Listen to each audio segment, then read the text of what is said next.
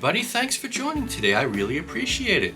You found your way over to the Modest Audiophile channel, and my name is Mark. Happy holidays to you, happy new year. It's that time of year where we come up with these lists, right?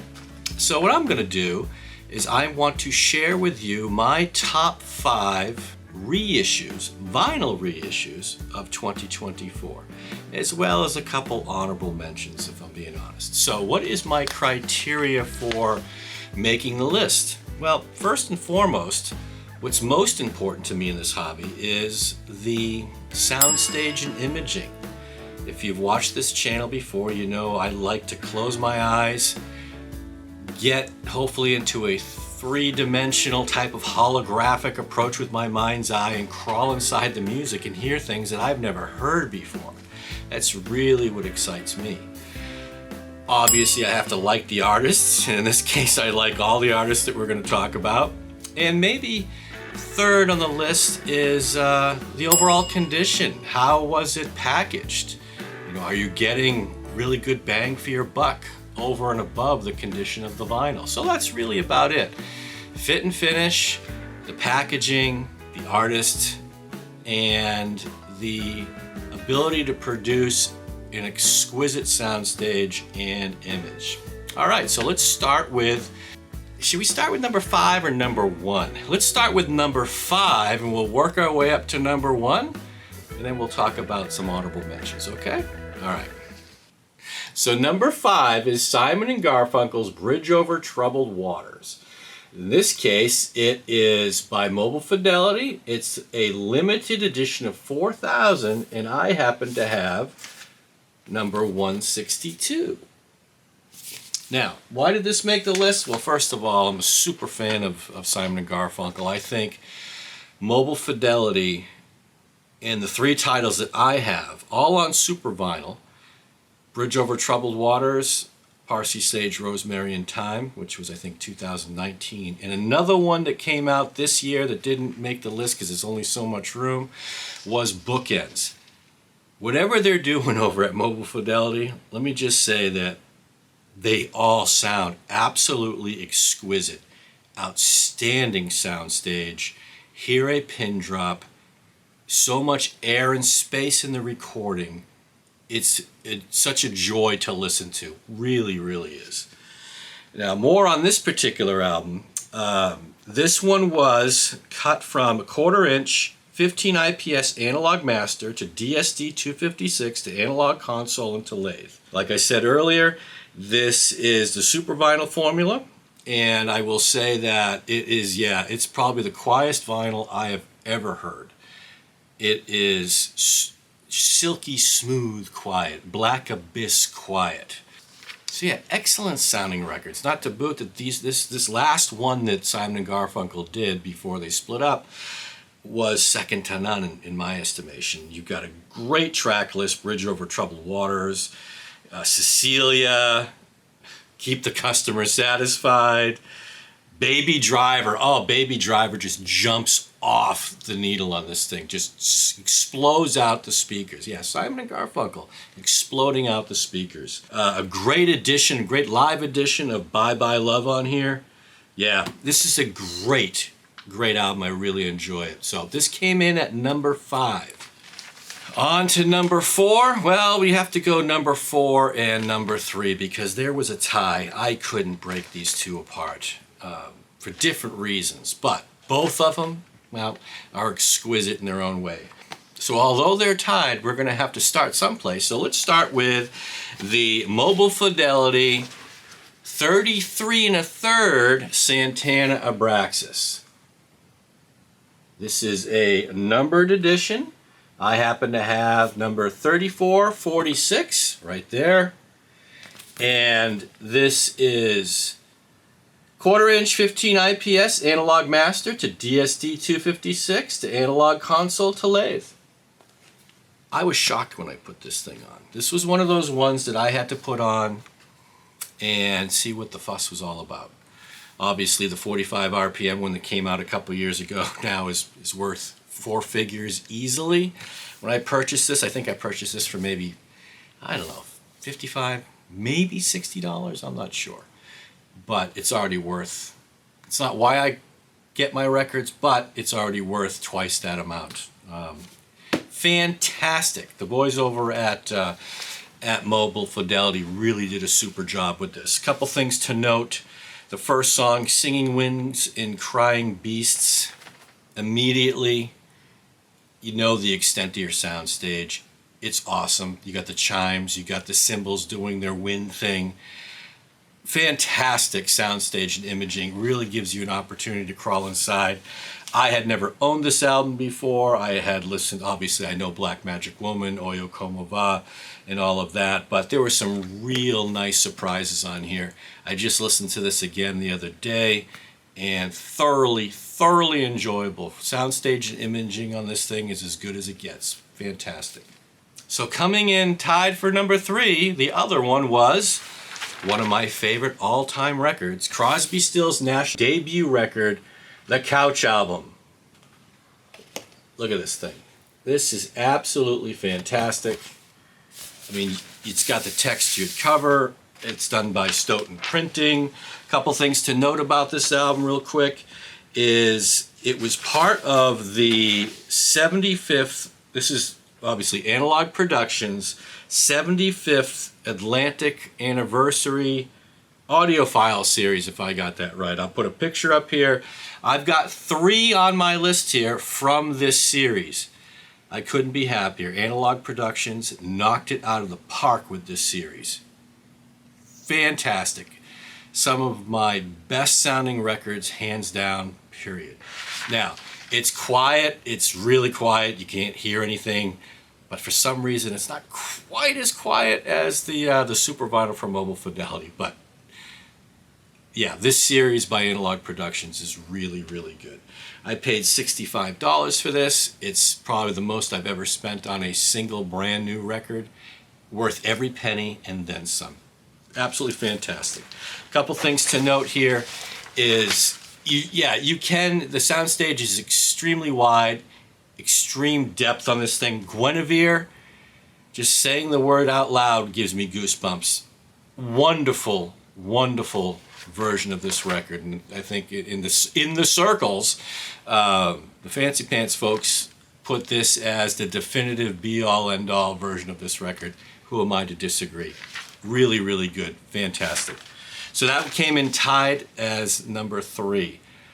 This is one of my, we'll say this is also one of my Stranded on a Desert Island albums. This one's coming with me for sure. And I am looking forward to, as a side note, in 2025, I already put my pre-order in, Analog Productions coming out with Deja Vu. So I hope to get that soon so I can do a nice comparison. But anyway, number 3, tied for number 3. Let's get on to number 2. Number 2 comes in with another one from Analog Productions, the same series as the last, and it is Alice Cooper's Welcome to My Nightmare.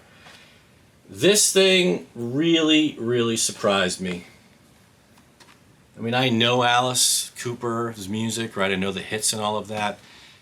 I had Billion Dollar Babies. I still do have Billion Dollar Babies. But the write-ups in this thing really intrigued me. So I went out and bought a copy of this thing. I think it was $60.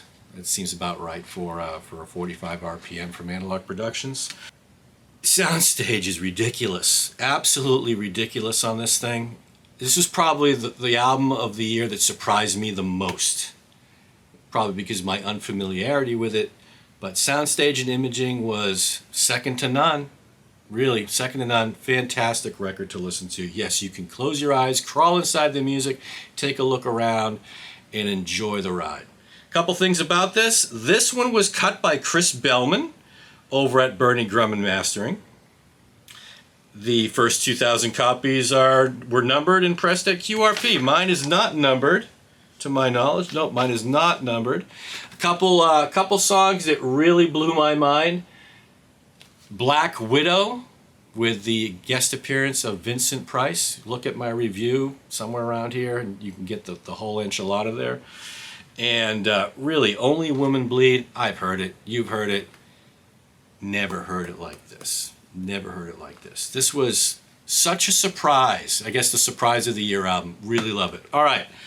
And my number one 2024 vinyl reissue of the year goes to this guy, David Crosby. This is his solo debut, If I Could Only Remember My Name.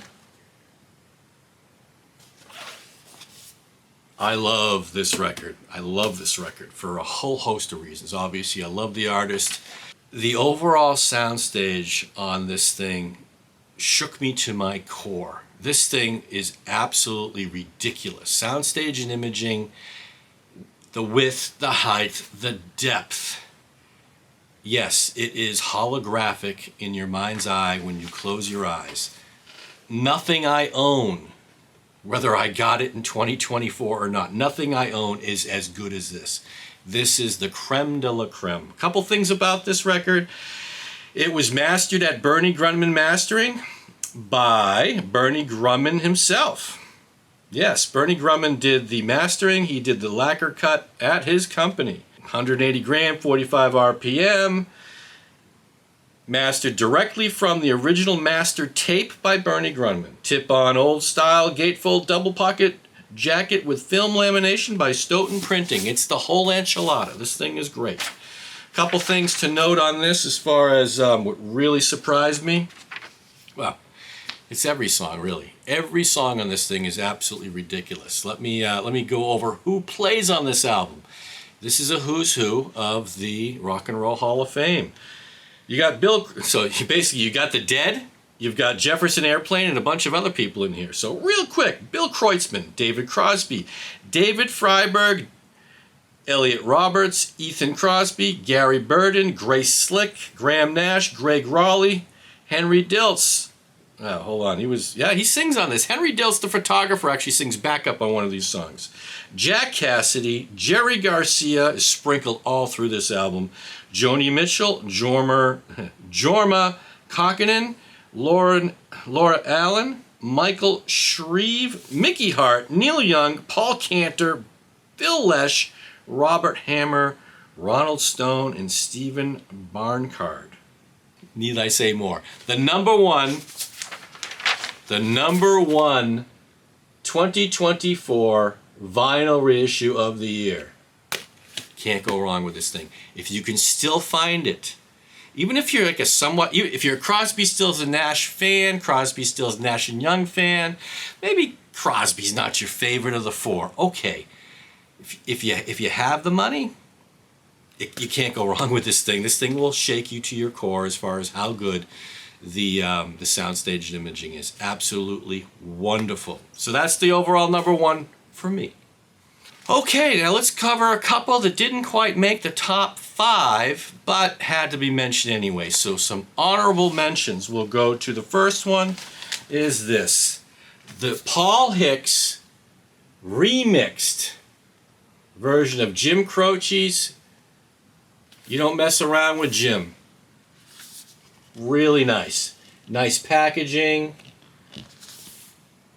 Not as nice as Analog Productions, but not as expensive as Analog Productions either. This really surprised me this year. I'm a fan of Jim Croce. I bought this kind of on a whim. I'm like, oh yeah, I love Jim. Let's go get that thing. I was in a mood at the time, so I went out and got it. And I was blown away. Go look at the review. I'll tell you why I was blown away. But yeah, this thing was really good. A couple things to note here. Yeah, it was mixed by Paul Hicks. And it was sourced from the original multi-track tapes. Don't know if it's all analog or not. Frankly, it doesn't really matter. As far as the overall soundstage and imaging go, it's super nice and wide, tall, some great depth. You get some holographic, close your eyes, you get a holographic sense of the soundstage. Really, really nice. Not to mention, track list on this thing, You Don't Mess Around with Jim, Hard Time Losing Man, Photographs and Memories, Walking Back to Georgia, Operator, Time in a Bottle, Box Number 10. Man, it's filled with the hits. Great stuff, great stuff. Okay, and another one that didn't make the overall top 5 list, but I had to mention nonetheless because it really stood out. Let me preface this by saying this is the first mono record that I've ever purchased. I've got plenty of mono records here that were hand-me-downs from my parents and my grandparents and probably some uncles. I've got mono records, but this is the first one that I purchased. And this is, I'm Jimmy Reed, and this is part of the Bluesville Acoustic Sound Series. It's housed in a tip-on jacket, very nice quality. Nice write-up on the back. VJ Records. One of the reasons why I purchased this was, I mentioned it in other videos in the past, I'm definitely more of a blues guy than I am a jazz guy. I know that there seems to be a lot more quote-unquote audiophile records out there, very excellent recordings of jazz stars. But not, when it comes to blues, there really isn't as many high-quality recordings. This one came recommended on the write-up, and even before it was released, I was hearing about this, saying, yeah, this is going to be a really good recording. It is. I think I spent less than $30 on this thing. But if you are a fan of, hell, anything, if you're a fan of music in general, but most importantly, if you're a fan of classic rock, the British Invasion, you're going to hear basically the inception of all those wonderful licks that Keith Richards, Jimmy Page, Jeff Beck, Eric Clapton, all those guys got their licks from someplace, and this is one of the places where they got those licks. You can hear it in here. You can hear the inception of this style of music that really exploded 10 years later and on. So for that in and of itself is one of the reasons why I got this thing. It's a joy to listen to. Overall soundstage, it's a little bit narrower than your average record. The depth, though, is very, very good. Again, I'm not really adept at the nuances of mono recording. I know the Beatles just came out with their box set with all their mono recordings. I haven't gone down that road yet. I'm more of a stereo person. Again, I like my soundstage and imaging. But this thing was really good. And again, I think this was less than $30. You can still go get this thing. If you want the granddaddy of them all, of all those wonderful rock licks, they had to start someplace. Well, this is one of the places where they started. Fantastic record. And the last record that made the honorable mentions and didn't make the top 5, maybe it should have made the top 5, but I just got it and I haven't had a chance to listen to it that much. Got it for Christmas. And I have a little cold, so my ears weren't necessarily working in top form. Anyway, it is the Cars, Candy-O. And this is my first one by the Rhino High Fidelity. This one is numbered. In fact, it's number 190 out of 5,000. 190 out of 5,000. The cover is as good as anything Analog Productions put out. The vinyl is as quiet as anything Analog Productions has put out. To my knowledge, this came in less money than your standard Analog Productions record, although it's on one piece of vinyl and not two. Couple things to note on this one. It is cut from the original analog master tapes by Kevin Gray at Coherent Audio. Pressed at Optimal Media. Yeah, it's a heavyweight gatefold jacket, that's for sure. It's got this exclusive insert and commentary by Roy Thomas Baker. And like I said, it's limited to a number of 5,000. You can also get this, I believe, now with a not limited, or certainly not numbered. Anyway, here is the some of the candy that came on the inside. Very nice. And here is the here's the nice write-up on the inside. So, yeah, really good. Again, I'd never gotten one of the Rhino High Fidelity series before. And from soundstage imaging with a little bit of cold, a little bit of an ear blockage, I can still tell it is wide and deep and high. Soundstage was great. Even in my impaired hearing right now, I was still hearing things that I've never heard before from these songs. Absolutely fantastic. Some of the real ones that I wanted to just pull out. Let's Go, It's All I Can Do. Dangerous Type, the last song on side 2, sounded like a completely new song to me. It yeah, really, really good. So hopefully my hearing will get better here in the next couple days. Drink plenty of fluids, have some chicken soup, and put this thing back on and listen to it again.